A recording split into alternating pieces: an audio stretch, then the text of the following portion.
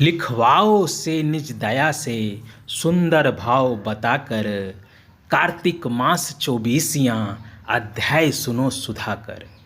हरे कृष्णा कृष्णा कृष्णा हरे हरे, हरे रामा रामा रामा हरे हरे। जय जय शिव शंकर भोलेनाथ, हर हर महादेव। दोस्तों आइए आज सुनते हैं 24वां अध्याय भाग दीदी साध्वी के मुख से। इससे पहले थोड़ा हमारे साथ भजन गुनगुना ले। सुबह सुबह भजन गाने से मन की शांति मिलती है और आपका हर काम सफल होता है। तो आइए। हरे कृष्णा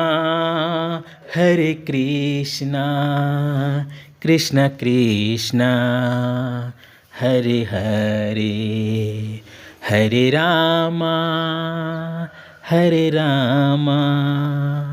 राम राम हरे हरे।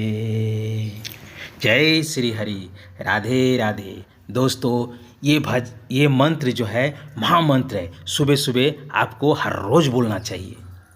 नमस्कार दोस्तों, आप सभी को गोपाष्टमी की हार्दिक शुभकामनाएं। भगवान आपको सदैव खुश रखे। तो आइए बढ़ते हैं हम अपनी कथा की ओर। जय श्री कृष्णा, राधे राधे।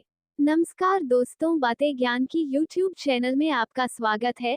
इस चैनल के द्वारा भक्ति, ईश्वर कथा, पौराणिक कथाएं, प्रेरक कहानियां और ज्ञानवर्धक कहानियों का विशेष संकलन आपको मिलेगा और आप ऐसे ही ज्ञानवर्धक वीडियो देख पाएंगे।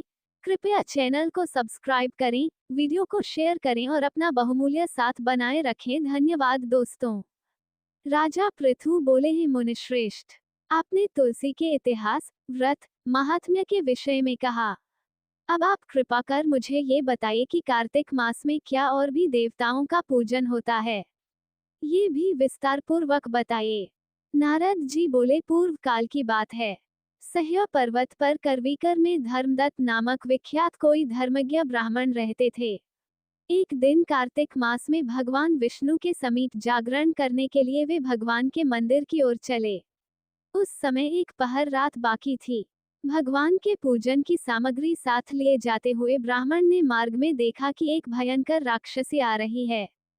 उसका शरीर नंगा और मांस रहित था। उसके बड़े बड़े दांत, लपकती हुई जीभ और लाल नेत्र देखकर ब्राह्मण भय से थर्रा उठे। उनका सारा शरीर कांपने लगा। उन्होंने साहस करके पूजा की सामग्री तथा जल से ही उस राक्षसी के ऊपर प्रहार किया। उन्होंने हरिनाम का स्मरण करके तुलसीदल मिश्रित जल से उसको मारा था, इसलिए उसका सारा पातक नष्ट हो गया। अब उसे अपने पूर्व जन्म के कर्मों के परिणाम स्वरूप प्राप्त हुई दुर्दशा का स्मरण हो आया। उसने ब्राह्मण को दंडवत प्रणाम करके इस प्रकार कहा, ब्राह्मण, मैं पूर्व जन्म के कर्मों के फल से इस दशा को पहुंची हूँ। अब मुझे किस प्रकार उत्तम गति प्राप्त होगी? धर्मदत्त ने उसे इस प्रकार प्रणाम करते देखकर आश्चर्यचकित होते हुए पूछा, किस कर्म के फल से तुम इस दशा को पहुंची हो? कहाँ की रहने वाली हो? तुम्हारा नाम क्या है और आचार व्यवहार कैसा है? ये सारी बातें मुझे बताओ। उस राक्षसी का नाम कलहा था। कलहा बोली, ब्राह्मण, मेरे पूर्व जन्म की बात है। सौराष्ट्र नगर में भिक्षु नामक एक ब्राह्मण रहते थे। मैं उनकी पत्नी थी। मेरा नाम कलहा था और मैं बड़े क्रूर स्वभाव की स्त्री थी। मैंने वचन से भी कभी अपने पति का भला नहीं किया, उन्हें कभी मीठा भोजन नहीं परोसा। सदा अपने स्वामी को धोखा ही देती रही। मुझे कलह विशेष प्रिय था, इसलिए मेरे पति का मन मुझसे सदा उद्विग्न रहा करता था। अंततोगत्वा उन्होंने दूसरी स्त्री से विवाह करने का निश्चय कर लिया। तब मैंने विष खाकर अपने प्राण त्याग दिए। फिर यमराज के दूत आए और मुझे बांधकर पीटते हुए यमलोक में ले गए।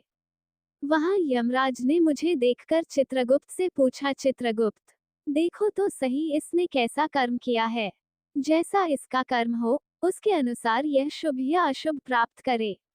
चित्रगुप्त ने कहा, इसका किया हुआ कोई भी शुभ कर्म नहीं है।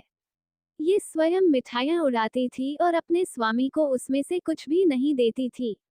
इसने सदा अपने स्वामी से द्वेष किया है, इसलिए ये चमगादुरी होकर रहे तथा सदा कलह में ही इसकी प्रवृत्ति रही है, इसलिए यह विष्ठाभोजी सुकरी की योनि में रहे।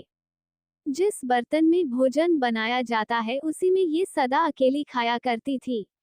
अतः उसके दोष से यह अपनी ही संतान का भान करने वाली बिल्ली हो। इसने अपने पति को निमित्त बनाकर आत्मघात किया है, इसलिए यह अत्यंत निंदनीय स्त्री प्रेत के शरीर में भी कुछ काल तक अकेली ही रहे। इसे यमदूतों द्वारा निर्जल प्रदेश में भेज देना चाहिए, वहां दीर्घकाल तक ये प्रेत के शरीर में निवास करे। उसके बाद यह पापिनी शेष 3 योनियों का भी उपभोग करेगी। कल्हा ने कहा, विप्रवर, मैं वही पापिनी कल्हा हूँ। इस प्रेत शरीर में आए मुझे 500 वर्ष बीत चुके हैं। मैं सदैव भूख प्यास से पीड़ित रहा करती हूँ।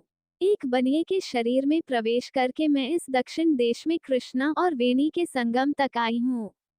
ज्यों ही संगम तट पर पहुंची त्यों ही भगवान शिव और विष्णु के पार्षदों ने मुझे बलपूर्वक बनिए के शरीर से दूर भगा दिया। तब से मैं भूख का कष्ट सहन करती हुई इधर उधर घूम रही हूँ।